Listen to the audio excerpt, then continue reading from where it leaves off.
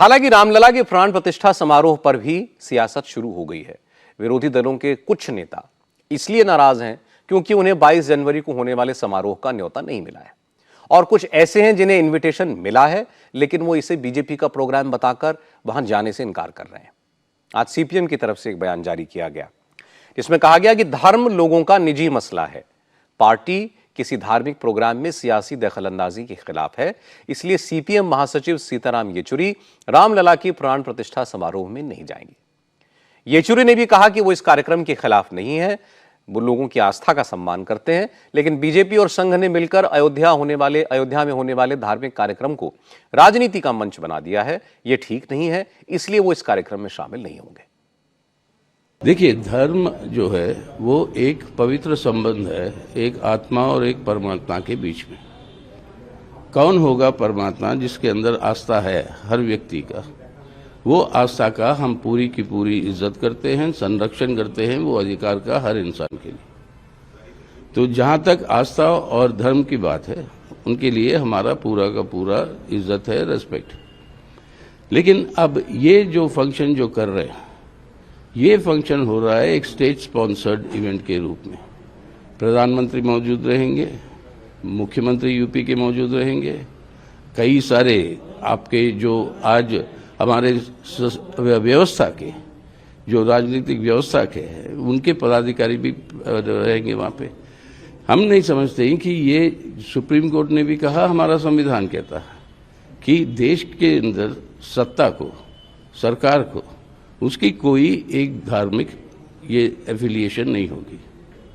तो ऐसी परिस्थिति में वो स्टेट स्पॉन्सर्ड होने की जगह उसकी राजनीतिकरण जो हो रही है इस पूरी की पूरी इनॉग्रेशन के लिए, उससे हमारी ये आपत्तिजनक, इसलिए हम वहाँ पे भाग नहीं लेंगे इस इनॉग्रेशन।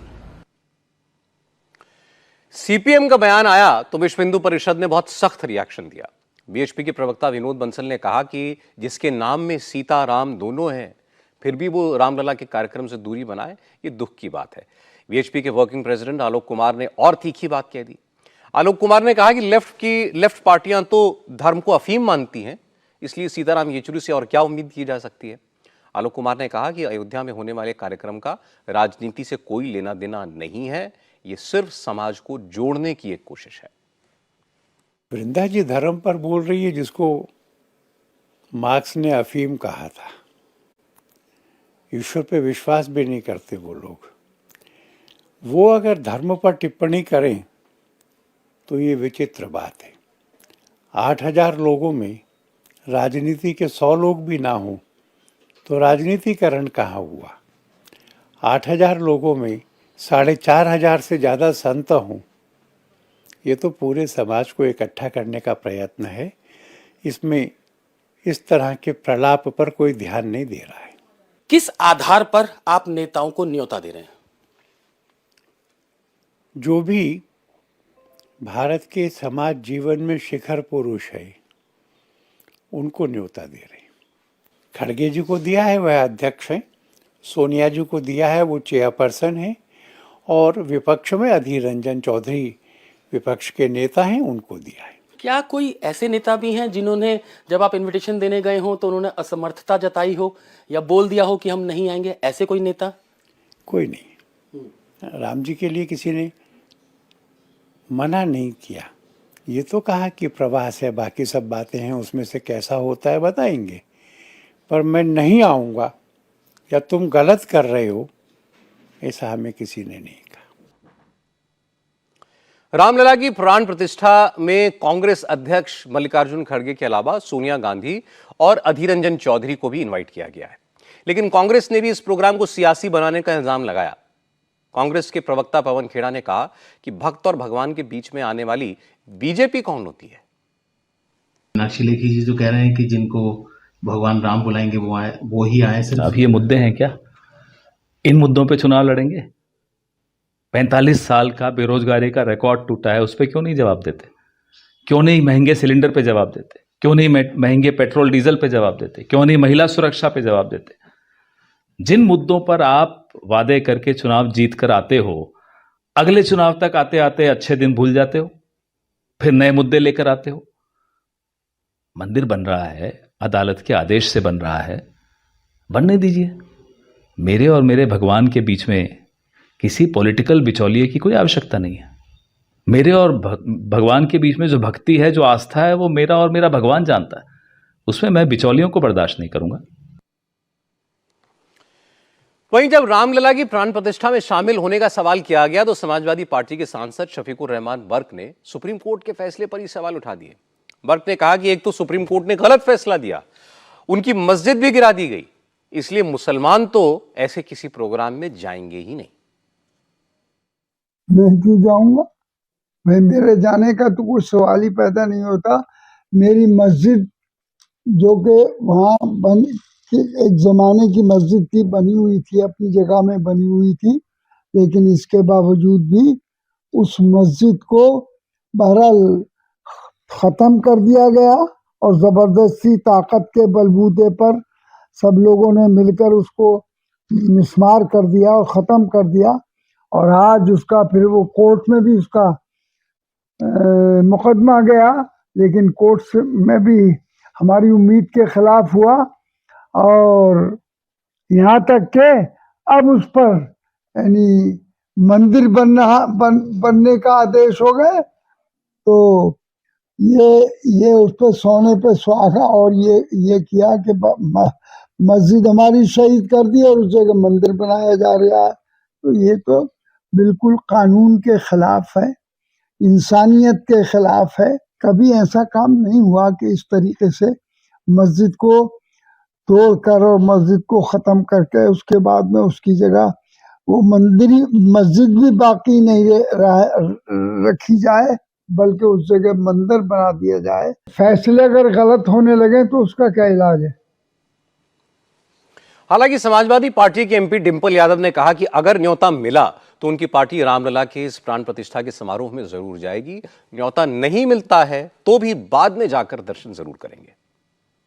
क्या 22 जनवरी को आप जाएंगे अयोध्या? अगर निमंत्रण आएगा तो जाएंगे। निमंत्रण रामलला ट्रस्ट की तरफ से? और अगर नहीं आएगा तो भी जाएंगे, बाद में जाएंगे।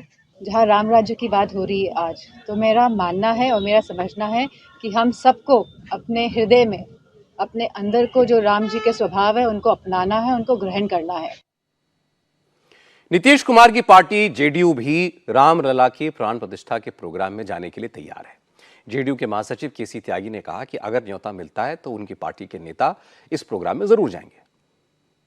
सवाल सर राम मंदिर को लेकर है। लगातार विपक्ष के नेताओं को भी न्योता भेजा जा रहा है, वाम दलों के नेताओं को भी न्योता भेजा गया, लेकिन वो कह रहे हैं कि एक राजनीति की जा रही है बीजेपी के जरिए, राम के नाम पर राजनीति करती है बीजेपी, ये आरोप लगा रहे हैं। राम मंदिर का निर्माण सुप्रीम कोर्ट के एक फैसले के बाद संभव हो पाया था। राम हिंदुओं के और भारत के नहीं, पूरी विश्व की मानवता के नेता हैं, वो मार्गदर्शक हैं और भारतीय जनता पार्टी के कुछ अति उत्साहित नेता उसको पार्टी का कार्यक्रम बनाने के लिए लगे हुए हैं। ये प्राण प्रतिष्ठा का प्रोग्राम है, इसमें सभी दलों के सभी नेताओं को बुलाया जाना चाहिए और सबको शिरकत भी करनी चाहिए। जेडीयू भी अगर बुलाया जाता है, जेडीयू के अध्यक्ष भी जाएंगे? हमारी पार्टी उसमें हिस्सा लेगी। कई नेता रामलला की प्राण प्रतिष्ठा का इनविटेशन नहीं मिलने से भी नाखुश हैं। उद्धव ठाकरे को लीजिए, उद्धव ठाकरे को अभी तक इस प्रोग्राम में शामिल होने का न्योता नहीं मिला।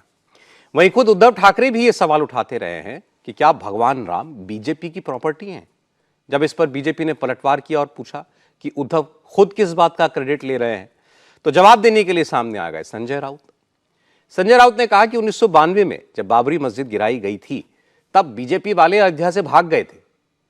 बाल ठाकरे ने मस्जिद गिराने की जिम्मेदारी ली थी और जो लोग आज उद्धव ठाकरे के रोल पर सवाल उठा रहे हैं उन्हें ये इतिहास याद रखना चाहिए कि उद्धव ठाकरे जी का क्या योगदान। उद्धव ठाकरे जी यानी शिवसेना, ये सवाल शिवसेना को मानता हूं।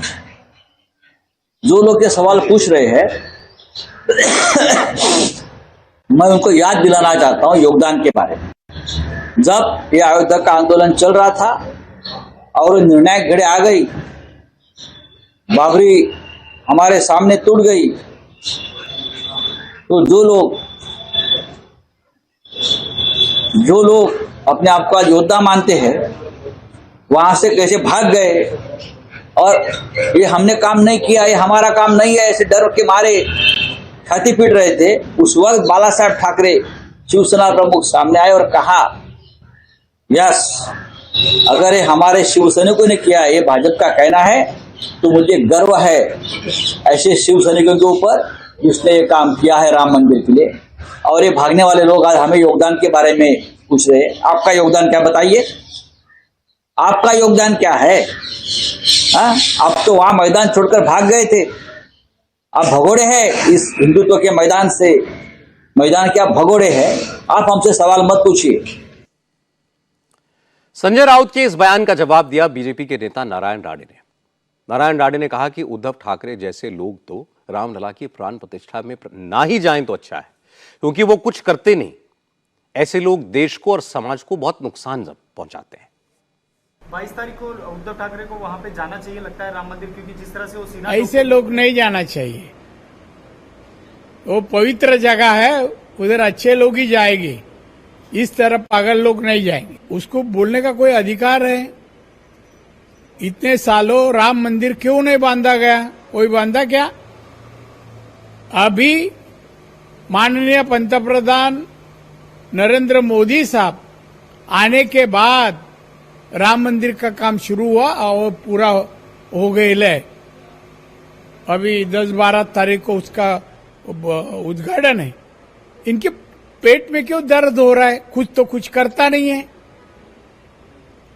कुछ भी नहीं करने वाला आदमी देश के लिए, समाज के लिए, तो उनको बोलने का कोई अधिकार नहीं। राम के ऊपर नहीं है। हालांकि इस विवाद के बीच वीएचपी के वर्किंग प्रेसिडेंट आलोक कुमार ने कहा कि उद्धव ठाकरे एक बड़ी पार्टी के अध्यक्ष हैं, इसलिए उनको भी रामलला की प्राण प्रतिष्ठा के कार्यक्रम में इनवाइट किया जाएगा। हो सकता है इनविटेशन मिलने में कुछ देर हो गई हो, लेकिन उद्धव को प्रोग्राम के लिए निमंत्रण जरूर मिलेगा। तो उद्धव जी को निमंत्रण दे रहे हैं, उद्धव जी अध्यक्ष हैं इसलिए उनको निमंत्रण दे रहे हैं, शिंदे जी अध्यक्ष हैं इसलिए उनको निमंत्रण दे रहे हैं, और अगर वे आने का निर्णय करेंगे तो हम सम्मान के साथ उनका स्वागत करेंगे।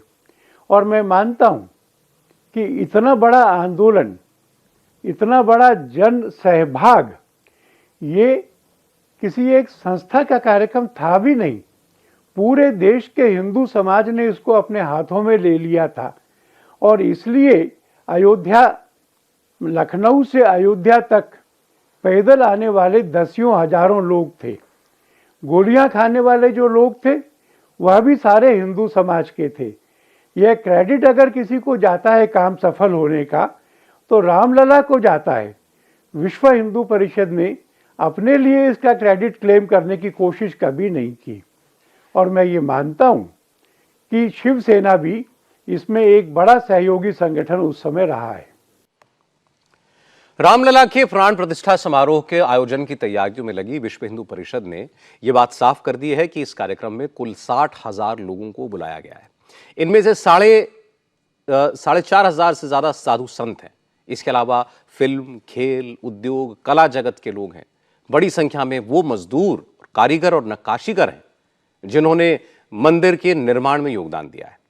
सैकड़ों लोग ऐसे कारसेवक हैं जिन्होंने राम मंदिर आंदोलन में हिस्सा लिया था। इसके अलावा सभी बड़े राजनीतिक दलों के अध्यक्षों को बुलाया गया है।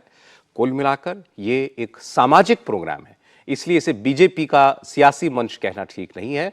लेकिन यह सही है कि अगर विरोधी दलों के नेता इस तरह के बयानबाजी करेंगे, समारोह का बॉयकॉट करने की बातें कहेंगे, तो बीजेपी इस पर जरूर बयान देगी।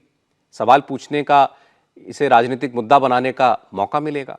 इसलिए बेहतर यह होगा कि विरोधी दलों के नेता राम के नाम पर सियासी बयानों से बचें, वरना बाद में उन्हें ही जवाब देना मुश्किल होगा।